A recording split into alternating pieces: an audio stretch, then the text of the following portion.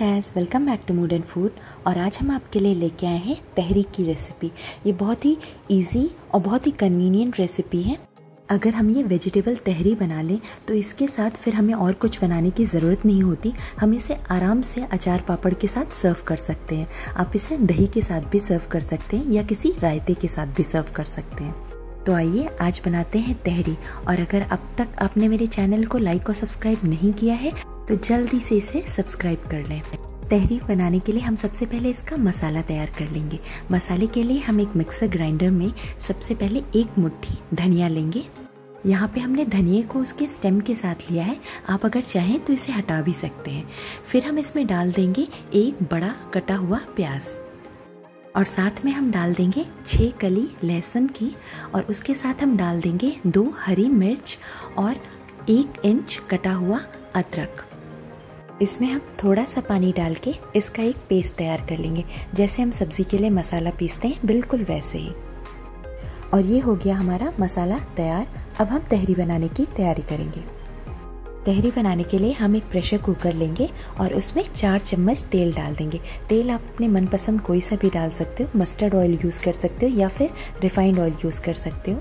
तेल को हम अच्छे से गर्म हो जाने देंगे और उसमें हम डाल देंगे 1 छोटा चम्मच जीरा और साथ में हम डाल देंगे आधा छोटा चम्मच सरसों।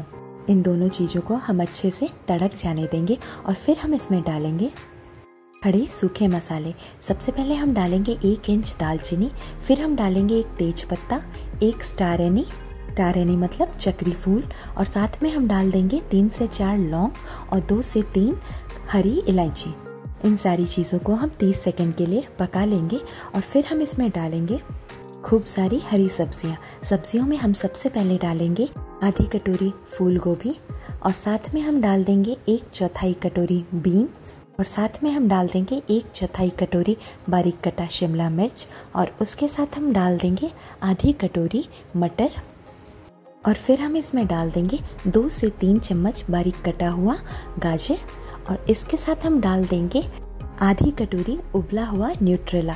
आप चाहें तो न्यूट्रेला को स्किप भी कर सकते हैं, पर हमने यहाँ तहरी को हेल्दी बनाने के लिए उसमें न्यूट्रेला डाल दिया है। न्यूट्रेला का टेस्ट तहरी या पुलाव में बहुत अच्छा जाता है, तो अगर आपके पास है तो इसे स्किप ना करें। एक बार इसके साथ बना के देखें, इसका टेस्ट बहुत अच्छा आएगा। ये सारी चीज़ें डाल के हम एक बार इसे अच्छे से चला देंगे और 2 मिनट तक इसे धीमी आंच पे पका लेंगे।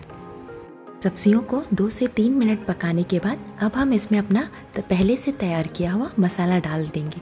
जो हमने हरा मसाला पीसा था वो हम इसमें डाल देंगे और इसे अच्छे से मिक्स करके कम से कम 5 मिनट के लिए धीमी आंच पे पका लेंगे।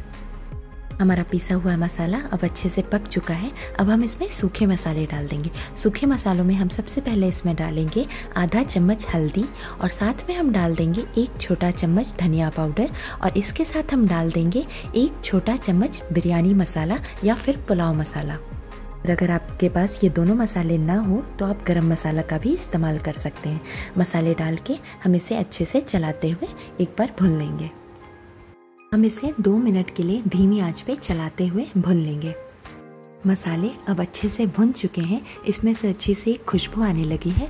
अब हम इसमें भिगो के रखा हुआ 200 ग्राम बासमती चावल या फिर आप रेगुलर जो भी चावल इस्तेमाल करते हो घर में वो चावल इसमें हम डाल देंगे। चावल को हमने यहाँ पे आधा घंटा भिगो के पहले से रखा हुआ था।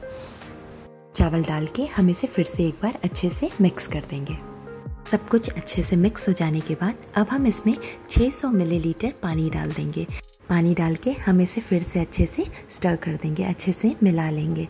पानी हम इसमें इतना डालेंगे जितने पानी में ये सारी चीज़ अच्छे से डूब जाए। मतलब ये हल्का हल्का दिखता रहेगा पर पानी एकदम ऊपर तक लेवल अप होना चाहिए।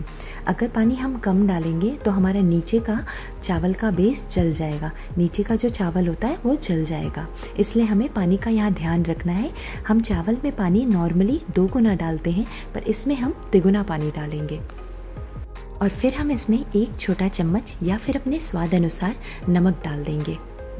नमक डाल के हम इसे फिर से एक बार अच्छे से मिला देंगे और फिर हम इसका ढक्कन लगा देंगे। मतलब हम कुकर का ढक्कन बंद कर देंगे और इसे हम मीडियम फ्लेम पे 2 सीटी आने तक पका लेंगे।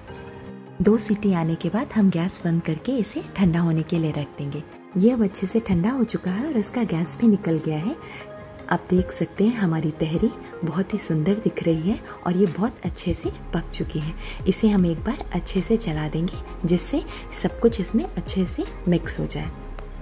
आप देख सकते हैं हमारी तहरी एकदम बन के अच्छे से तैयार हो चुकी है और इसकी खुशबू से मेरा पूरा किचन भर चुका है। तो इस रेसिपी को एक बार ज़रूर ट्राई करें और गर्मा गर्म इसे दही, पापड़, चटनी के साथ सर्व करके एंजॉय करें। और अगर आपको मेरी ये रेसिपी पसंद आई हो तो मेरे चैनल को लाइक और सब्सक्राइब करना ना भूलें। Thank you.